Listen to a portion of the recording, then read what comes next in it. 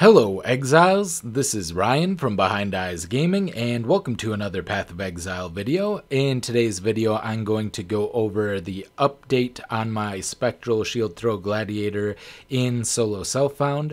I've been playing this character a little bit. I took a couple of days off because, well, pretty topical comment here, but my wrist hurts. A lot of people talk about having wrist problems playing this game a lot. I also am one of you, so if you're out there, know that I stand with you wanting some changes on the pickups and everything. I know that that was brought up on Bayclast, and it's probably going to be brought up in the next interview with the devs as well. Hopefully we get something in regards to that because, yeah, I had to take a couple of days off, playing maybe like less than an hour on those days because my wrist has been hurting. So something to keep in mind. In fact, you might have just heard it crack right there. Hopefully not, but it's possible. It was pretty loud. But yeah, I'm going to go over this update really quick. I've managed to, on a 5-link, I haven't got an upgrade for this character yet. I haven't been able to 6-link or find an adequate 6-link with the right colors as far as like corrupted ones. So I've been stuck on a 5-link, but I have gotten up to red tier maps. I'm about to spawn my first Cirrus here soon. I wish I had been progressed a little bit more, but with the days off, plus in my free time I've been playing, I have another character that I'm working on that I kind of previewed in my last video, talking about Solo Self-Found, which is a berserker that uses, well, it's a bow berserker, and I'll talk about that possibly down the line. But yeah, it's an elemental bow berserker. It's pretty cool. But at the moment, I'm doing like, 14, 15, 16 tier maps, spawning the last few conquerors that I need to do to face Cirrus, which I plan on doing. As far as upgrades, I'm still wearing the exact same body armor I have been. It's not very good, but it's what I have. It's got a lot of life at least. I'm also wearing the same helmet, which is, I've been wearing this for a long time now. I think I can craft better physical damage taken from hits as fire now, because I think I unlocked one. Yeah, I could get 7 or 8, but it would cost me an exalt. I actually have an exalt. I'm not sure if that's worth it. I'll hold on to that for now. If I get like another exalt or two, since it's Solo Self-Found, it's perfectly viable to use your exalts for crafting like that. And there's a huge benefit to getting like physical damage taken as an element on an armor stacking character. As you can see, I have over 15k armor, and when I press my my basalt flask here, it goes up to a little over 18k. The benefit being that the physical damage taken kind of scales exponentially against your armor. So basically armor has diminishing returns the higher the physical hit. But that's mitigated by physical damage taken as an element. So say something's going to hit you for 5,000 damage and you have 10% physical damage taken from as an element. That'll take 500 off.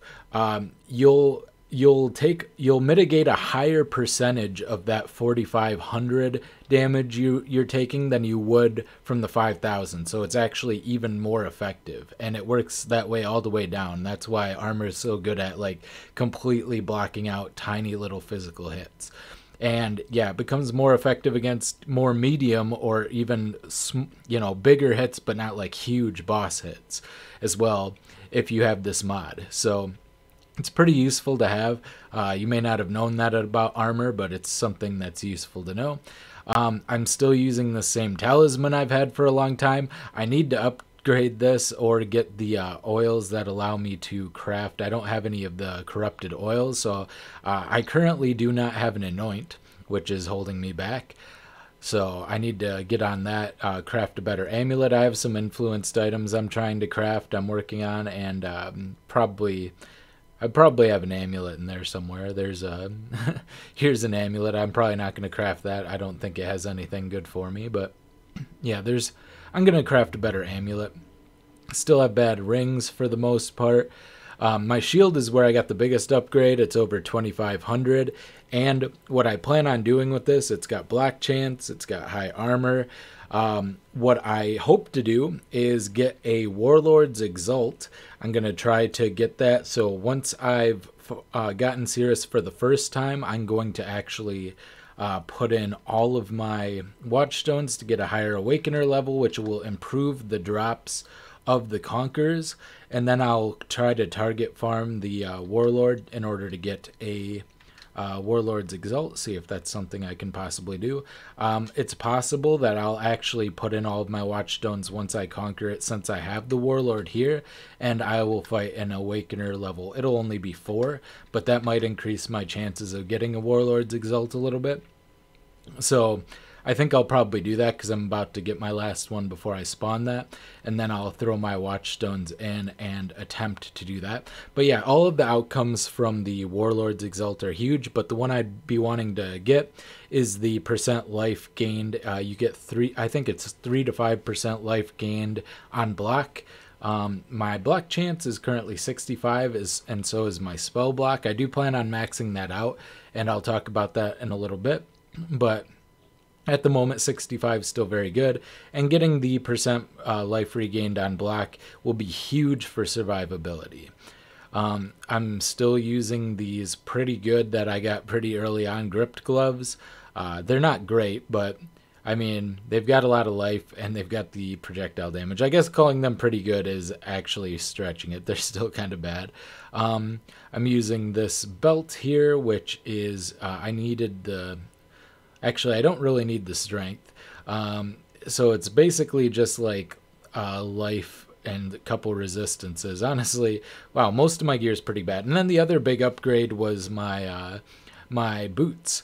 So I got bleeds, you inflict deal damage faster on these boots. It also has 30% move speed, 40 fire resist. I crafted life, and it has chance to avoid being poisoned and bleeding, and stun and block recovery, a very low amount, which is associated with the armor. But these boots are really good.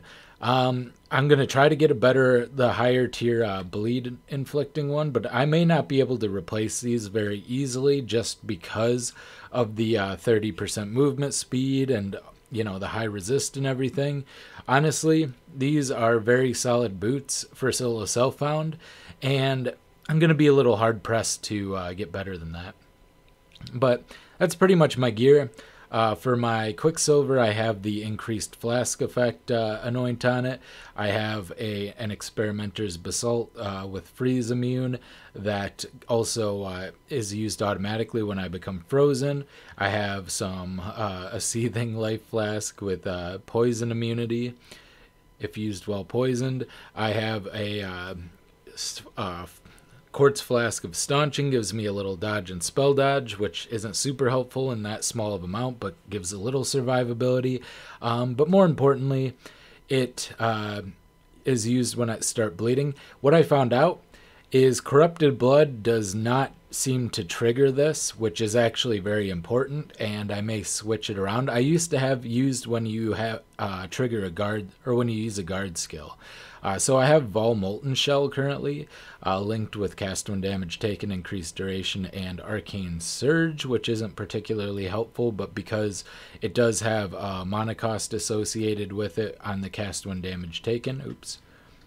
So basically the regular Molten Shell here will cost 36 mana, and this will automatically trigger when it goes to 15 mana. Literally the only thing it's giving me in replacement for this, or as a result of this, is 30% increased mana regeneration rate, and it's only going to be for the 4 seconds because there's a delay in cast when damage taken. But yeah, Molten Shell is probably one of the biggest improvements to this build. When I have my Basalt Flask and trigger this, I get like a 6,000 life shield. It gives me extra armor. It's just, and it gives you more armor, by the way. Buff grants 25% more armor. So between this and the Basalt Flask, I'm getting an enormous amount of armor. And on top of that, with my block and spell block, the extra added effective health pool with the extremely long duration. I mean, this has a almost 15-second duration. It's very, very strong, very powerful. If you're playing Spectral Shield Throw, you should definitely be using cast when damage taken Molten Shell, and if possible, Molten Shell as well. Other than that, I'm still using shield charge for clear, and I'm going to show you guys in a second here, but this is actually really good for clear still, just on a 4-link. Like, I can just shield charge through most things, and the funny thing is, these aren't the most optimal. This is all utility stuff except for Swift Affliction. Like Shield Charge, Culling Strike, this isn't giving me much damage. Fortify, and Swift Affliction. Honestly, not that much in terms of damage, but the base damage on Shield Charge is so high. I'm doing 10,000 to 15,000 damage, and my bleeds with these, even on a 4-link with suboptimal, I'm still inflicting like a nice solid probably over 10,000 damage bleed, which against white mobs is enough to kill them. I know it doesn't sound like a lot of damage, but you'll see. Like, I just shield charge into mobs. Maybe if on a tougher map I have to cast vulnerability, but they die and then they explode with the gratuitous violence, dealing 10% of their maximum life as physical damage, and if I vulnerability the targets as well, then they're going to take another 39% increased, along with my Pride Aura, War Banner, and Herald of Purity. It ends up being like a huge chain reaction. Even tankier yellow mobs, if they're surrounded by regular mobs, all the explosions from the damage over time, it's going to do a lot of damage to them. So I'm just going to run a map real quick. This is a tier 15 Mausoleum. It's going to be the last one I need to spawn my Warlord. I'm going to throw a couple of these on here just for some extra stuff, and we'll throw in we'll throw a Nemesis just to get some extra packs as well. And then yeah, I'll throw a Syndicate in here. All right, and I got a bunch of sextants on here as well, so it should be a nice and juicy map to kind of show where I've gone here. It's not obviously the most difficult. The first map I do after launching my game has some graphical errors like this, so it'll be hard to see things at first, but that'll hopefully fix by the time the map ends. As you can see, I forgot to mention my mana flask too. It's very important. So and then I'll go over my tree. I forgot to talk about my tree as well. And yeah, I do have the keystone node that allows me to stack multiple bleeds as well. And I added that because a lot of people recommended it. I didn't think it was that useful, but honestly, it does seem to have increased the DPS pretty significantly. So I definitely, yep. As you can see, things are getting pretty wild here graphically. Alright. And then we get our June mission. Oh yeah, these are going to be Cirrus influenced rares as well, so they're going to be extra tough. Yeah, usually after I do a map or two, I also could not see, I had corrupted blood on myself there, but I couldn't see it because the graphics didn't load, so I have to pay very close attention when I first launch. Well, when I come out, there's going to be a Cirrus attack waiting for me too, so that'll be fun. But yeah, there's I need to make some upgrades to my PC at some point. Or maybe it has to do... I never had this problem last league. I don't know if anything changed with the render or what, but it also might just be because I'm recording. But I think it always happens. But yeah, if I'm going to a tough room where there might be like stuff, I just throw on Molten Shell. As you can see, I have 5,800 protection basically as an extra pool of life. Look, there you go. The question now, Exile, is whether or not you're foolish enough to face them down. Alright, cool. So I got a little Syndicate hideout I can go do at some point in the near future as well. But yeah, when there's big stuff on the screen here, there's a lot of stuff going on. I just shield charge through all of it and kind of keep my hand on my Vol Molten Shell button. And if I get low, I just hit my Vol Molten Shell, because there's a lot of rares, plus there's a lot of the flags as well, and I can't see the Rain of Stars. So this is a defensively powerful enough build. Ooh, oh, It's girded. Okay. It isn't the good one. I'm probably even, if that is item level 84, I guess I could potentially roll a good enough one. But it is Warlord too. Yeah. It's probably not going to be good enough regardless. I should check the item level. Item level, I think it's 84, allows for the highest flat armor tier, so it's possible that I could get a better shield from that, but it's very unlikely. And the fact, I'm going to keep it as a backup to craft in case I do not get a Warlord's one. But, oh, and once again, I couldn't see the corrupted blood, but noticed it in time, luckily. I have to pay a lot of attention when stuff is like this. Alright. Let's go fight the boss. Gotta press the ball Molten Shell, otherwise I will die. Yeah, and I can, with Vol Molten Shell up, I can tank Cirrus attacks too, which is very, very nice and very comforting for when I'm going to be fighting Cirrus himself soon. But if I don't have Vol Molten Shell up, I usually cannot, so that's something to note as well. I gotta be more careful. But yeah, when there's just a huge stack of... you can see a lot of the power of this build comes from its defenses, because, you know, being able to just sit inside... I'll go back and loot all this stuff. Being able to just sit inside difficult situations like that without too much worry is something that a lot of builds cannot do. But because of all of the defensive power of this build, and it still has adequate enough offensive power to eventually kill even stacked up Cirrus rares in a tier 16. I don't think I have anything like particularly hard. The unique boss has 20% increased life. Yeah, there's nothing like super crazy as far as mods in here. So this isn't gonna... shouldn't be too difficult. Oh yeah, I actually have the sextant that gives me instant healing on my flasks, so I have an enduring mana flask, but that means nothing here. Normally I'd be able to just sit there and spam my shield throw on this thing, and then once it gets low I just start shield slamming into it in order to, or shield charging into it in order to try to, oops, I stood in a degen for a while. But yeah, I almost forgot to go over my skill tree changes, so let's go over that. So as far as the skill tree goes, I got Resolute Technique. I got rid of Precision because it was dumb to even try to have Precision, honestly. And I'll put the new setup in the description for the POB. But I am going to spec all the way out of all of this stuff and these two minor block nodes here.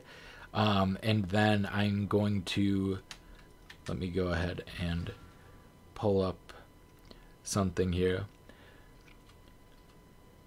But yeah, I'm gonna proc out of those. I have this, which is increased attack damage while holding a shield, and it's got a couple of good mods. Veteran Defender, maybe not so great, honestly not super useful, although it could help me make up for the dexterity that I need to make up for, and then martial prowess and fuel the fight.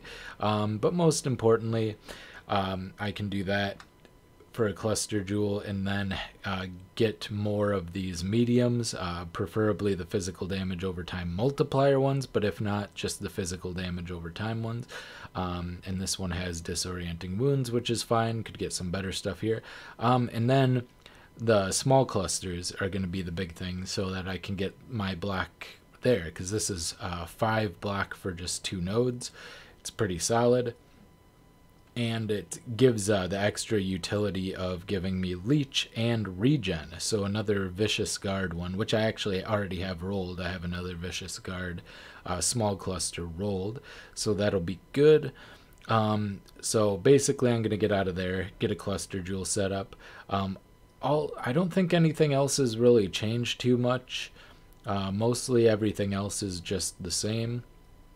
I have really bad regular jewels. I need to work on this. It just has life, and other than that, this gives me basically nothing.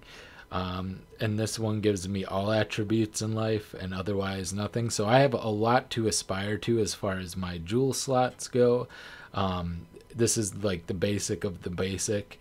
As you saw, all of my gear and everything, the fact that I can do tier 16s pretty easily is a testament to the power of this build straight up and on a 5-link. And I think that's the most powerful takeaway. So that's pretty much the build. I hope you enjoyed. I know this was a longer one, so if you made it to the end, kudos to you. Let me know in the comment section below if you did. This has been Ryan from Behind Eyes Gaming, and I will see you next time. Bye!